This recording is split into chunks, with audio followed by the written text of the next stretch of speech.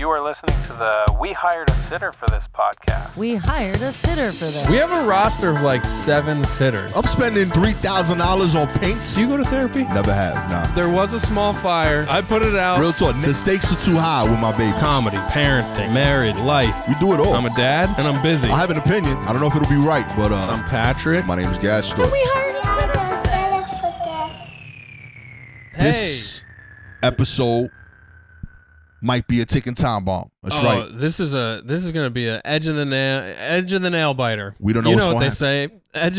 Get on the edge of your nails. Because we don't know what to say, but we know. Hang on by the skin of your feet. Yeah, so here's what's going on in this episode, number 158 of We Hired a Sitter for This. Boom, boom. I have a guy coming. There's a guy. Well, actually, I don't know that it's a guy. Yeah, that's presumptuous. This could be a lady technician from PC Richard. Could be a robot. Could be AI. Could be PC Ramona. Real talk. What is the female equivalent to Richard?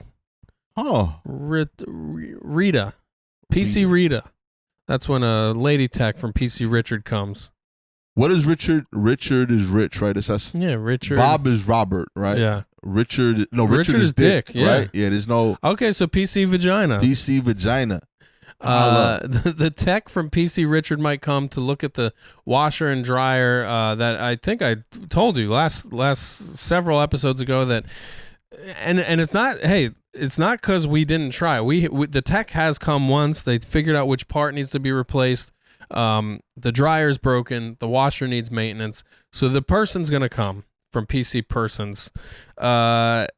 So that could happen at any moment because it's the window thing. They say we're going to come between 1 and 5 p.m. And we're like, we in it. Well, when? Because we are busy people. You know what I mean? Doing important work. Yeah. Podcasting. Which is actually better than the last window was 7 a.m. to 7 p.m. They're like, we might come between 7 a.m. and 7 p.m. And then their booking system's insane. Because I actually changed one of the dates. I was like, because you can change from like up to the night before. I was like, yeah, actually our schedule changed. We won't be here. Please book it for this date. And I changed the date. Next day I'm doing whatever I'm doing. I get a call. The guy's at the door. He's like, I'm here. And I'm like, I changed the thing. And he looks at his iPad or whatever. And he's like, oh yeah, okay, no big deal. And then I feel bad that PC Richard sent his guy all the way over here. I'm sure he's fine. So that guy might come during this episode. Maybe not. We'll just keep talking till the doorbell rings. I will have to probably help him get access to the laundry room, which is right next to the edge of our green screen. So let's see what happens. This is going to be an eventful episode. I'm excited. I used to work in furniture sales. Yeah. And it taught me that intelligence and communication does not necessarily agree with listening. Yeah. And I'm not saying that you can be smart and not hear so much as like you can both be smart and hear things differently. Yeah. And I've always found that interesting because like if you work for any of these big companies, and whether it's like a PC Richards, a Sears, whatever, and there's a delivery component, there is a literal script that they tell you to memorize to explain how these things are being delivered so that you're setting the proper expectation. Yeah. And I memorized it. I did very well, but it blew my mind how often if something if something went different to the plan that person heard, they would call me and yell at me and call me a liar. Right. And I'm like, man, like which one of us do you think made the mistake? Yeah. You who heard this once yesterday, heard this 3 times from me yesterday, or me, the guy that says it 50 times a day for the last year. And I attended a literal corporate boot camp. Yeah, like they like drilled this into my brain and it exists word for word verbatim. This is what I do. Yeah, like this is all I'm doing all day is saying this phrase over and over again. Yeah. Like what's the likelihood that I messed it up?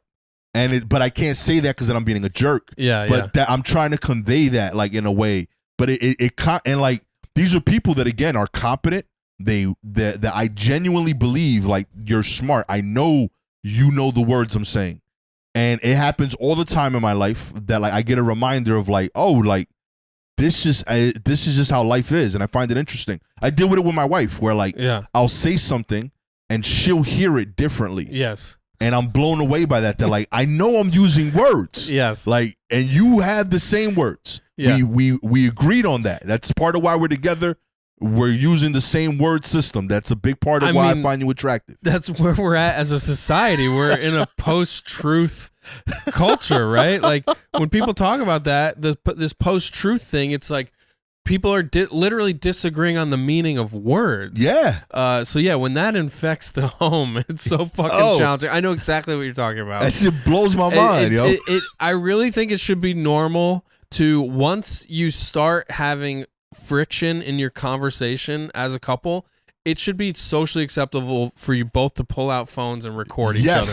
Real talk. Like, I am recording audio, you get the video, we'll sync it up later, and we'll figure out that I was right the whole time. I've told you about our checkmark thing? No, give it to me. No? I need every tool. It's not a tool for now, but it's a tool for winning later. Okay. So whenever I started doing this without telling her, and she got annoyed when they had asked me what I was doing. So Gabby and I have been married now 15 years, together 20. And I realized very often that I would say something, she would remember it differently, and vice versa. Yeah. So every time I think I'm right, I would go like this, as in, let's review this later. And the later is when we die. Okay. Like, I accept that. Like, I'm like, listen, I'm not going to fight you about this. Let's do it your way. But this is up for review. Okay. You know, so when we're dead together. This sounds familiar. I'm not remembering the physically, it's a hand gesture. Yeah, in like the I do sky. like a little, like kind of like a bookmark. Like I'm folding the ear on this page. Let's dog ear this. Yeah, real talk. And when we're both dead together, let's review the footage and see how often you've been right over these years versus me in these disagreements.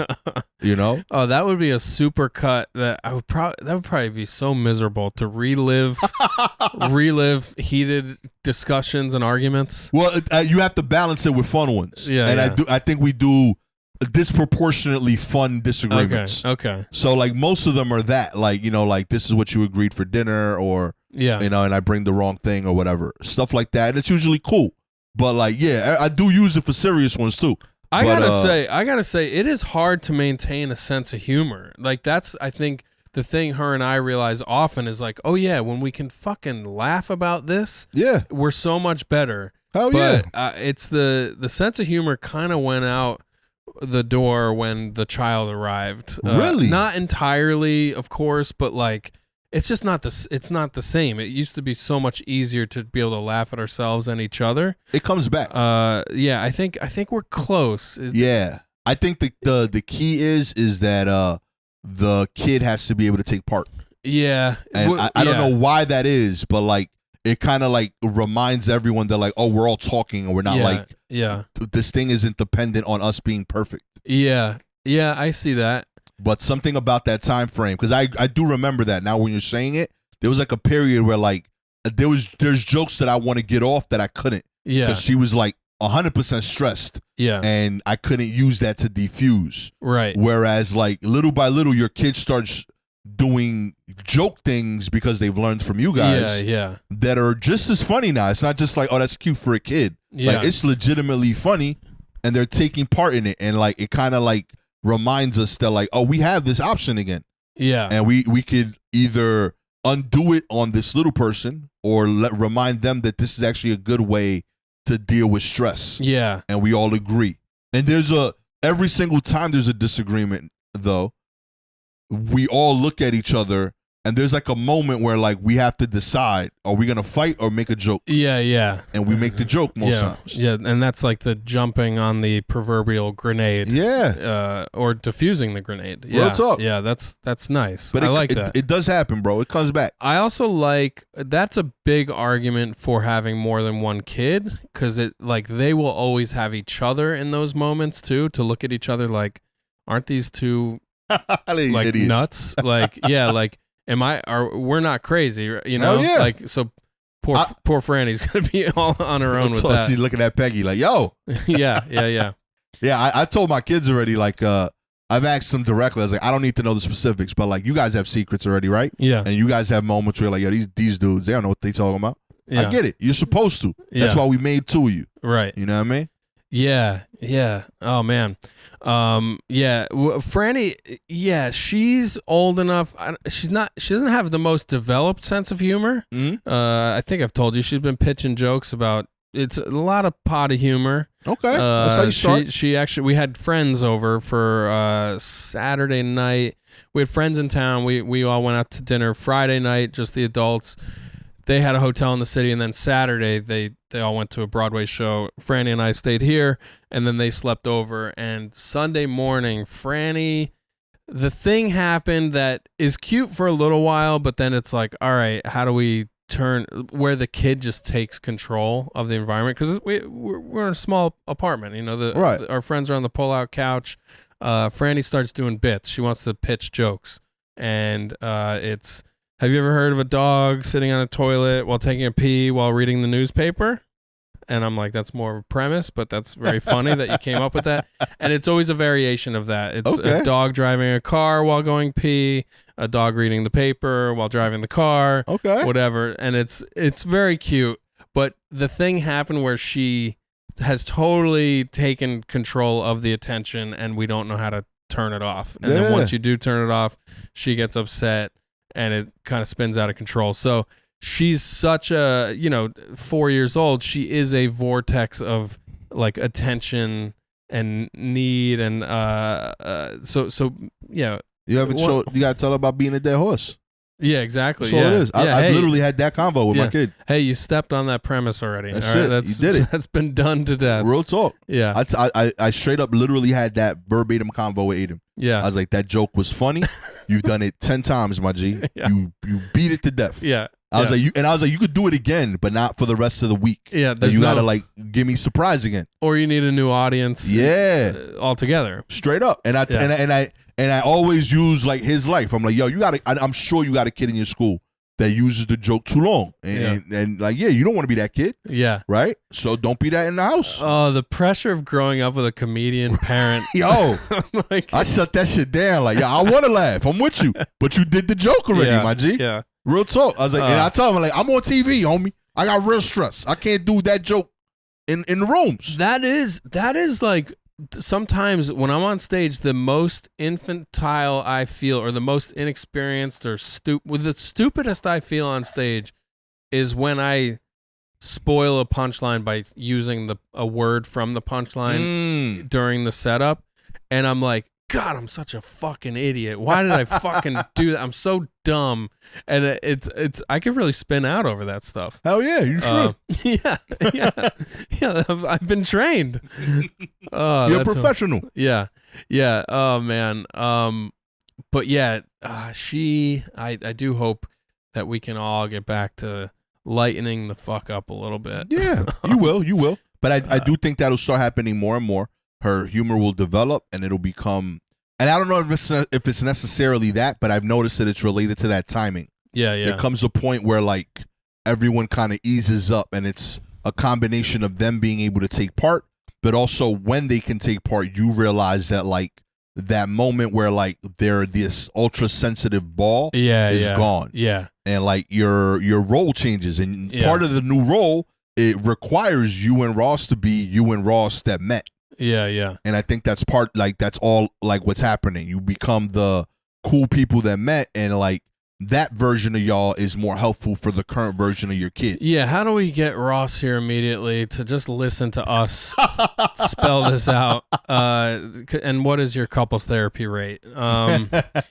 Yeah, no, for sure. Like so the other thing that's going on right now is like just in the last 2 weeks, like Franny has been really leaning into like meltdowns and tantrums, and like just she knows her crying has power, so she's faking crying essentially to get stuff she wants.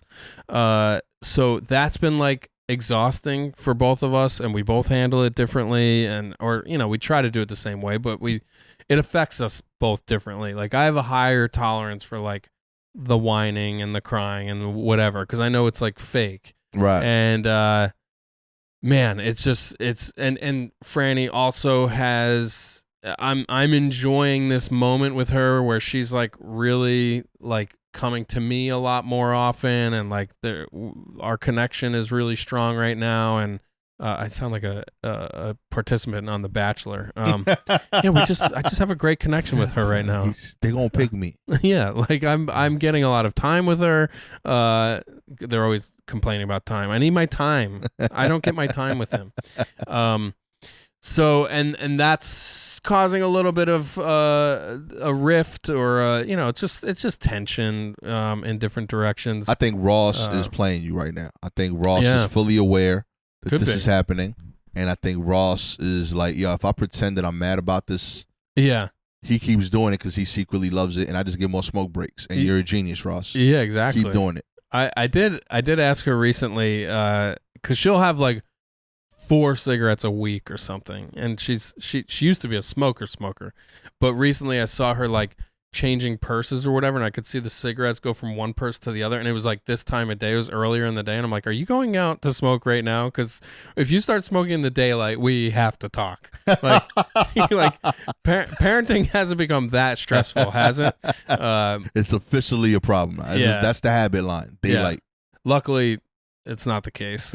Did your parents smoke growing up? No, neither. And I don't smoke either. Gabby doesn't smoke? No. I do, like I said, sincerely, I do like maybe 4 cigars a year, if you want to count that. But it's crazy in the 80s how much people smoked. Like in my family, I have so many family members that still do smoke, but like back in the day, everyone smoked. Like family parties, like you would be in a house hazy with cigarettes. Straight up. Like, and little kids running around. Like it's nothing. Like really crazy. All 4 of my grandparents smoked. The 2 grandmothers smoked the most. Yeah. But they were old school. Like my grandma on my dad's side was a pipe. Yeah. And grandma on my mom's side straight up like rolled blunts, just but they were tobacco. Yeah. But like straight up, she rolled the blunt.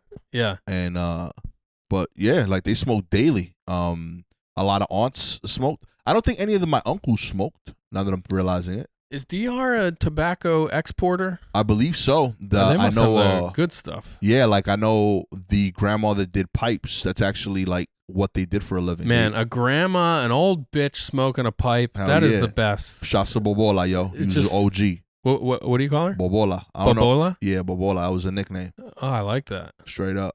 Yeah, just like I like the look of somebody smoking a pipe. I had my cousin Glenda had a partner, Sylvia. Glenda and Sylvia. Have you ever heard of a more lesbian couple name? Awesome. They met in New York City. My cousin Glenda, this is my mother's cousin. Fascinating woman, amazing woman. She worked at Carnegie Hall as an intern under Leonard Bernstein. Huh. So she was in New York City, I think 60s, 70s, 80s. She taught music at Princeton and then music at all these other colleges.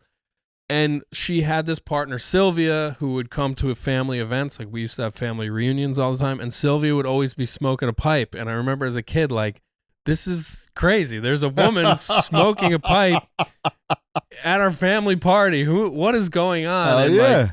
And learning that this is, they're together, they're in love. And that's, and just I can remember exactly the way Sylvia looked smoking a pipe. And it's just such a badass. Just fire. Just a way to go through life. Real talk. Like, hell yeah. Do what you gotta do. Well, while I was a G, yo, real talk. My grandparents were thugs. I like them. Yeah. Beautiful people. The last blunt I saw in action was yesterday morning. Not for me, of course. Okay. I was biking to my AA meeting, actually. 8:30 in the morning. Somewhere over here in Bushwick on where Johnson and Morgan connect. Okay. That, intersection over there. All these young kids coming home from a party somewhere. There must have been a warehouse party. People dressed in all these party clothes and stuff. And this one group of kids was getting into a car. This girl, I just caught her real quick, just took the biggest drag off a huge blunt. And I'm just like, oh my God, what is that morning like for all of them? This is on a weekend. Monday morning. So they were out Sunday night. They were partying somewhere. Whoa. And I'm just like, damn, that feeling. I haven't had, I had some nights like that, but it was always just booze. But man, that feeling of going home in the daylight, still getting fucked up. That's different. on a Monday, I'm like, where do you gotta be later? Do any of you have work? Like, just going to work with that smell all over you. Could have been a creative director, by the way. Yeah. Literally, you're in Bushwick. Yeah, that's true. You know what I mean? That's just the start of their work week. Yeah. I was gonna say if it was like Sunday morning, because I know they got like in Bushwick, there's those AM parties. Yeah, yeah. Where like people like show up at 10 in the morning to start the party. Yeah, yeah. And that's a whole movement now. Yeah. But now Monday's wild. Monday's wild work. Yeah. Would that be like I know you're sober. Would someone be able to go to your AA meetings and be like Cali sober? Some people do. They can. And people do, and they try. It is an abstinence-based program, but it's also very like a good one, at least, is very non-judgmental, where people say like, yeah, I mean, there's the traditions when one of the traditions is the only requirement for membership is a desire to stop drinking. So if you follow that to the letter, sure, you can keep coming. But like anybody that I've known who wants to keep using cannabis or THC, who really wants to get sober and do the program, they eventually realize I can't do. They eventually, most people realize that they're using more cannabis or THC than a normal person, or that is becoming a new problem for them. So I think anybody who wants to do California sober and who can do it successfully, because there are people who can do it successfully, don't need a program. They're able to just like control themselves. So they would definitely not be like asked to leave or anything like that. I think it would just become like an unnamed social pressure, where it would just be weird for them to keep doing it and to also keep coming. Okay, just curious. I don't know if that. I'm trying to answer it as clearly as possible without like. I guess what I'm saying is like, the way it works is you just talk about yourself. Like, I don't think it's possible for me. I know I can't be Cali sober because I know that I would want to just smoke all the weed. But could you smoke cigarettes? Yeah, I mean, cigarettes don't change they don't make you like, they don't alter your mood or your mind. They don't. You don't get high from cigarettes. I think you get high on cigars. I've gotten a little buzz on cigars for sure. But it's fine because it's not intoxicating. Like, it doesn't change your judgment. Like, it changes how you feel, I think. Right. I have noticed about myself with cigars that I do like them too much, and I actually haven't smoked a cigar in a couple years now because whenever I do smoke them, like I'll smoke them at football games, like if I'm like tailgating with my buddies who still drink. Like, I like smoking cigars with them because it feels like I'm a part of the, the socializing. Yeah.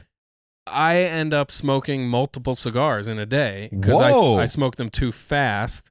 So I'm like, I start smoking one, I'm done, and I'm like, oh, I want another one now. And I've realized I'm going to get fucking mouth cancer that way. Even if I smoke just a few times a year. Yeah, dude. It can't be good to take all that in. And yeah, I get that weird buzz. I was on a work trip in Oneonta, New York. We were filming an episode of True Life about this guy who worked for his family. And me and my buddy Chuck, I can't remember if you met Chuck somewhere. Chuck and I, we just went on so many road trips for that job. And we were in Oneonta, which is like a college town way upstate. And not Oneonta, Oswego, New York. Oswego, yeah. College town, really fun little town, but very hilly. Like, it's on the banks of Lake Ontario, I think, or Lake Erie. Anyway, it's on one of the Great Lakes. And there's all these hills. And one night we had a stressful night at work, and we're like, let's get some cigars. We get a couple really dark ones, like really rich, heavy ones.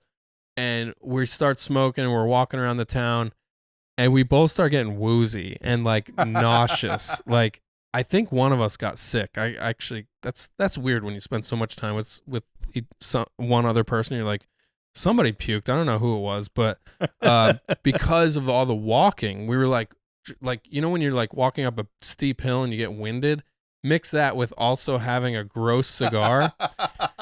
And it's just, yeah. So cigars, I think a lot of sober people get into cigars, and it's fine because I think it's really like, you're not like gonna go cheat on your wife because you had too many cigarettes or cigars, you know? Oh, okay. Or you're not gonna get. you're not gonna curse out your boss or like tell your kid that you never loved them or whatever. where alcohol, It's like, just me and my cohiba. yeah, like alcohol, I can remember it always leading to me just saying the shit that I really wanted to say, but I finally had the bravery to say it. Or like, how can I say this horrible thing to like get you to fucking back off or whatever? And nobody drinks alcohol and like says beautiful things that they wanted to say. I think I did around drinks 3 and 4. I would be super complimentary and super like always trying to win people over, always trying to like charm people, especially women, of course.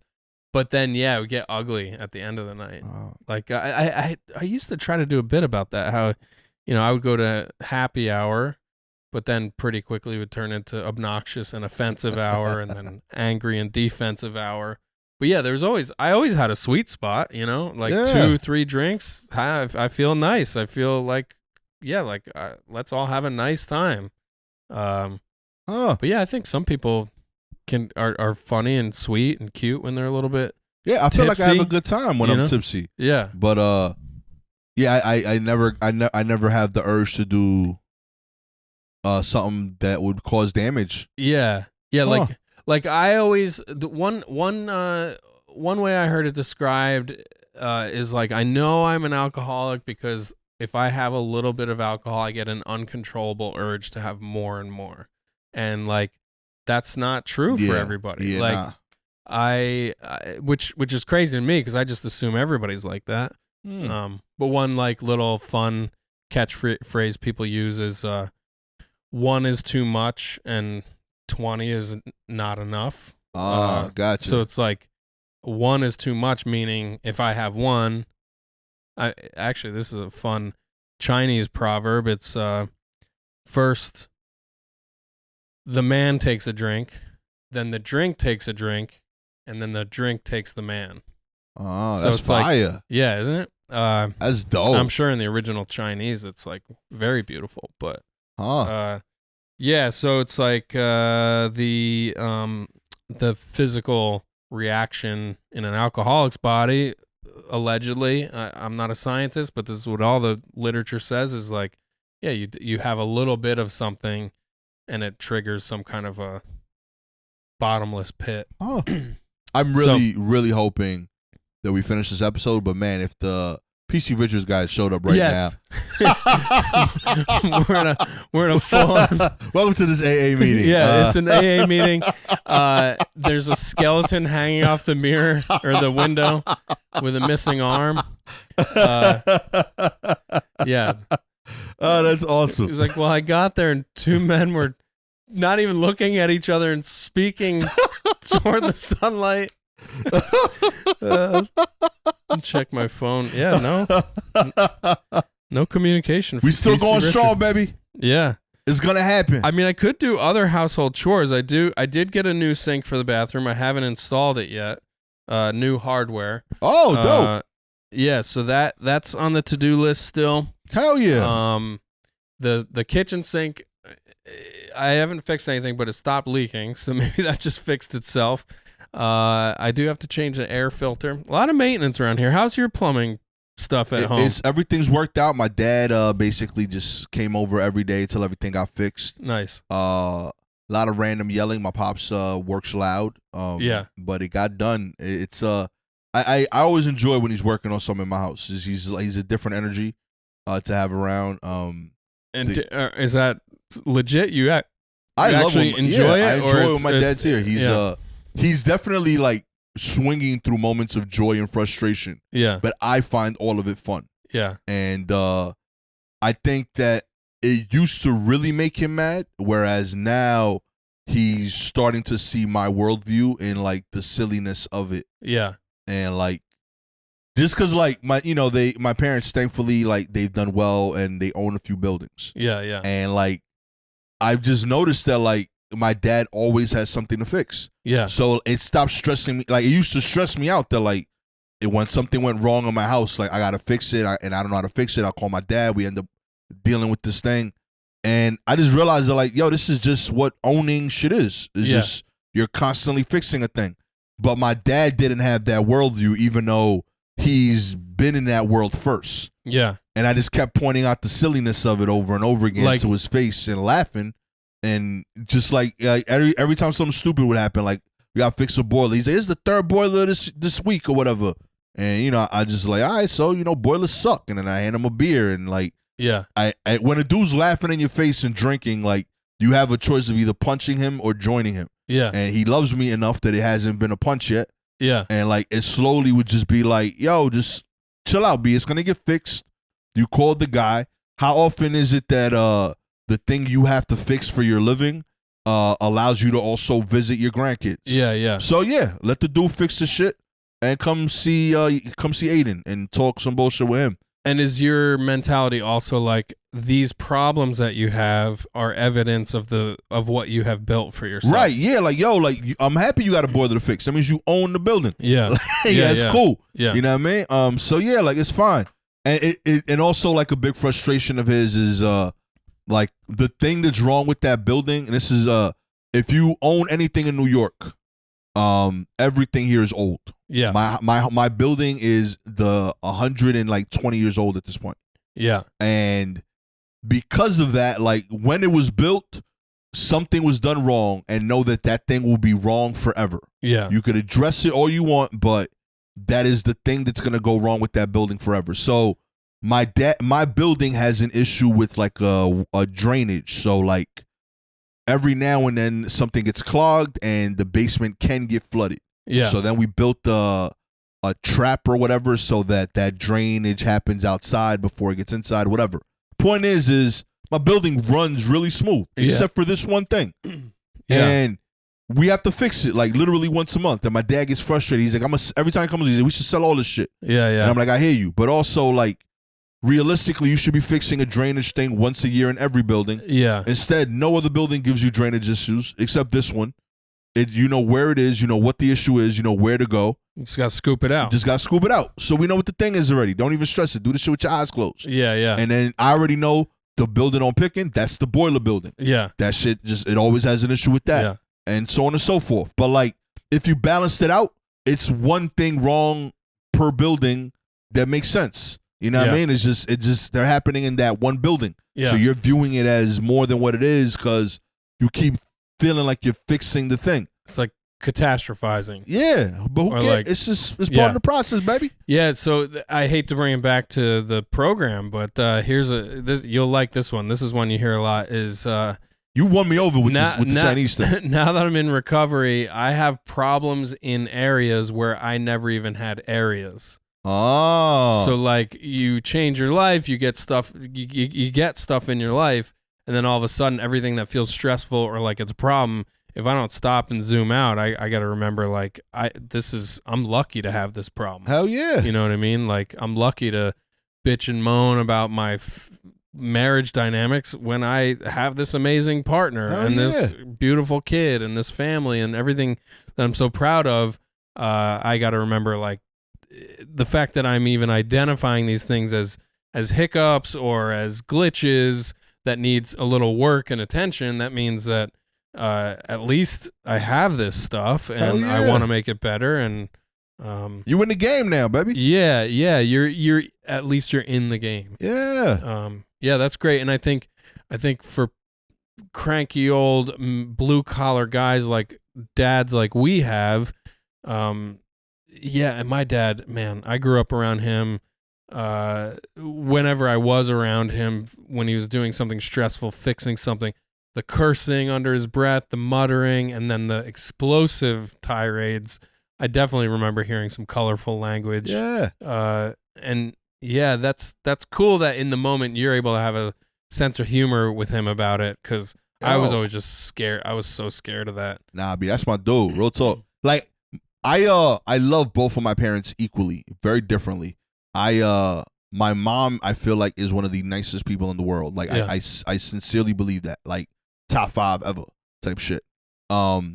She is so nice that I don't know if we would have been friends in school. Yeah. Like she is someone that I would have been like, yeah, she's really dope, but like we couldn't chill. Yeah. Like she would have been like, nah, you won't get me in trouble type shit. Yeah. My dad, I 100% would have chilled with in high school. Yeah. I didn't realize that till I was an adult though. Yeah. Like, but as we've grown older, I know for a fact, like, oh, he got the same knuckleheaded ideas I do. Yeah. And we vibe. Like, that's like sincerely my man's. And yeah, it's just been cool to kind of find that, you know what I mean? And get in that lane.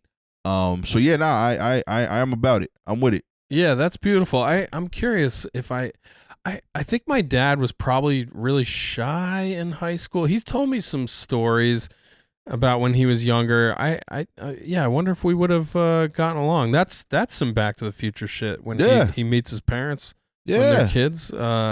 I think that's dope to kind of figure out which, like what they were like back then, you know what I mean? And like I def get the impression my dad was loud, well liked by a lot of people, disliked by a lot of people. Yeah.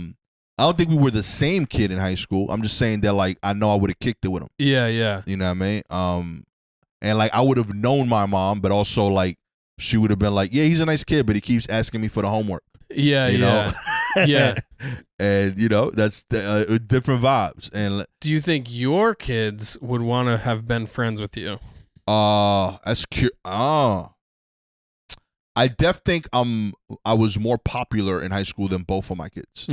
I think neither one of my kids cared to be as socially active or present as I was. Yeah. I didn't care to be either, I don't think, but I definitely was. Yeah. I think, you don't choose cool. Cool chooses you. There you go. Like you didn't force it. Yeah, like I definitely I've always been well liked. I've always been in the popular kid circles. Yeah. But I don't necessarily I don't intend for that. Like I never cared if I was the most popular kid. Yeah. I just knew that I did well in social dynamics. Yeah. I would say I would have been cool with both of them, but very differently for sure. I would have probably hung out more with Aiden. Yeah. But I would have more in common with Michaela. Yeah. So I think I'd be cooler with her in college. I wonder if you would have pulled the same thing with that, in the imagined world with your mom. Would you have just been trying to get the homework from her? Very possible. She's definitely more responsible in terms of the two with certain things, with her schedule, her routine. By the same token, his way works. He has better grades. Yeah. And she has good grades, but he is killing it. So yeah, they're different personality types. Yeah. I don't know. That's really I'm really curious with that now, because there's stuff that I'm thinking of that I could see it the other way. Yeah, because he's a gamer. Yeah, those Ninja Turtles you connect with on, but you're more of a sports guy. Yeah, that's what I was thinking of now. There's stuff that I don't vibe with at all that he rocks with. Yeah, but friend groups are interesting in high school. I remember I ended up by the end of high school I was most close with the jocks. My oldest friend lived across the street, athlete. He was the center of the athletics crew of guys. Yeah. And I lived across the street, and him and I were friends since kindergarten, and I was the funny guy, so I just ended up friends with all those guys. But we did not really mix because I didn't know a lot about sports. I played some sports, but not as late in my teens as all them did. Right. So yeah, it was kind of a random matchup of friendships. I was sort of an outlier, so you never know who's gonna fit in a group of guys. Or people. Real talk. I know we were initially the group of friends that I created had more to do with just locker placement. Yeah. It's convenience. Yeah, this is who proximity. It de facto became the chill spot for the minorities. Yeah. So we had a very diverse group of friends that showed the diversity of the school. And everyone that was cool with them would then come. So we had area of the school where 50, 60 kids would come chill every morning. Yeah. It's called East Bottom because that's where it was in the East. East Bottom. Like the school was divided by East West. Mm-hmm. Bottom, middle, and top would be the floor levels. Yeah. And our lockers were in a place in East Bottom where like it was kind of tucked in. So like they had like a level of privacy in the morning. So people would just come there, and for whatever reason, they made like a mistake and they assigned us the same lockers like 3 years in a row, whereas most people switched. Maybe it was a mistake, or maybe administration was like, we like the East Bottom crew is they've got a real thing going on down there. Let's not break that up. Which wing of the building was like the makeout section? Did you guys have like a makeout hallway or stairwell? I mean, East Bottom had a little bit of that because what made it like, so there's a long hallway of lockers and classes in East Bottom. Yeah. But before you turned in, there was one side office and the hallway they led to it, because that office was where the newsroom was, where if you wrote on the school paper, it was there. Yeah. And for whatever reason, they put 20 lockers there. Yeah. So we were the only lockers with this private hallway that wasn't used all day because no one's writing on the paper during the day. Right. So, and it turned after the office to the janitor's entrance, so people would go make out there. Yeah, yeah. And there was this thing that ended up becoming a historical monument / makeout area, because we had the last a telephone with like the quarter shit. Yeah, yeah. So this is right when like cell phones were starting to pop off. Yeah. So like this thing that like was there for the purposes of if you need to make a call, you can, is just a makeout area in front of our lockers. Wow. Was it a booth? It was a full booth. Like you go in and close. Yeah, it was a whole thing. That's a 7 minutes in heaven. And it had a chair. Yeah. You know what I mean? It was crazy. I bet some next generation East Bottom students were created there. Oh yeah, real talk. I believe it. We had this one stairwell. I remember for a couple years there, it was Brian, it doesn't matter. Shouts to Brian P, yo. Brian P and Kim P, different P. last names.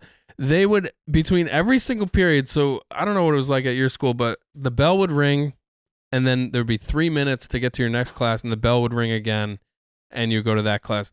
And literally, between every single class, Kim and Brian would meet in this one makeout stairwell, and they would connect faces and not come up for air for the entire 3 minutes. Or I guess they timed it out where it was like maybe a 90-second makeout, and they would part ways and go to their respective classes. Jeez. Literally 6 times a day or 7 times, whatever, between 9 periods.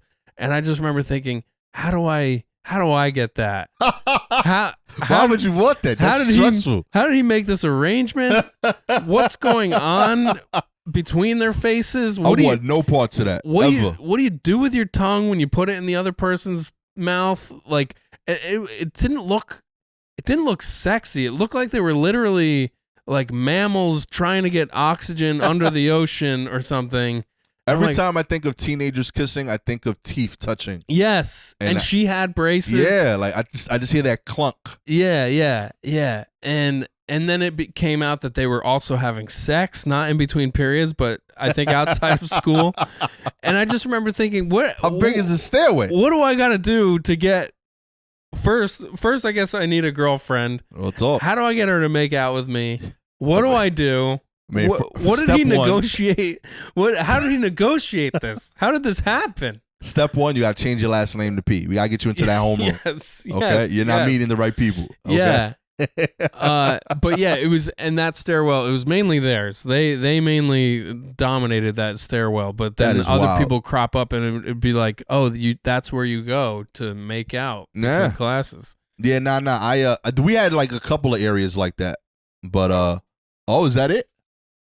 No, I think Ross is home. Oh, okay. We had a couple of areas like that, but I don't know. I definitely wouldn't have wanted that arrangement. That sounds too stressful. Let me check. Honey, you're home, right? Oh, what up? Yeah, I know. There it is. Oh yeah, I think the guy's here. We made it. We 46 minutes, almost an episode. I think we got a PC Richard situation going on right now. It's going down. I am excited to see this situation be resolved. You know what I mean? Patrick has been wondering if this would get fixed. He deserves for it to be fixed, you know? They've been here back and forth a few times, but it's time now. Washer dryer will be fixed. PC Richard sends over good people. You know?